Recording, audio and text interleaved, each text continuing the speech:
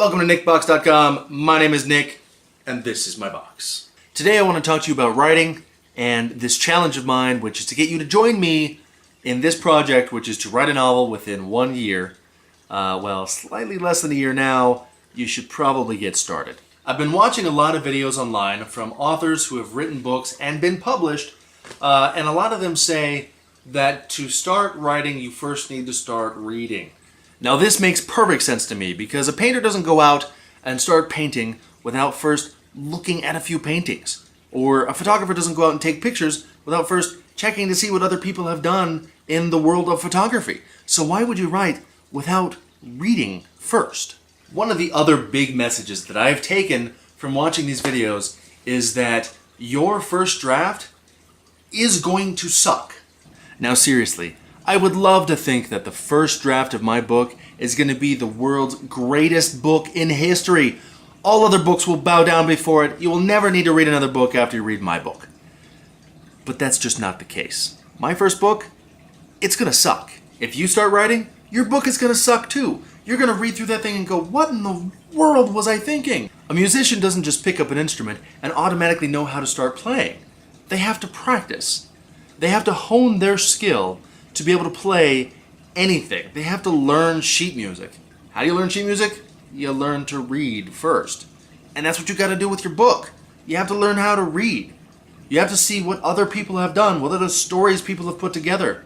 How does the composition of that work? What are the basic elements of a story?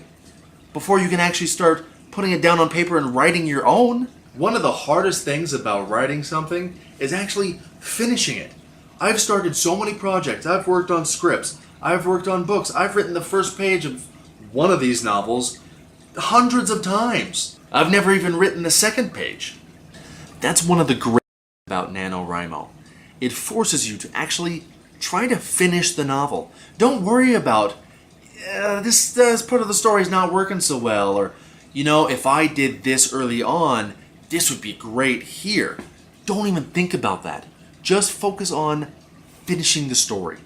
We all have dreams, we all have things in our lives that we want to accomplish. But the hardest part about any of those things is finishing them.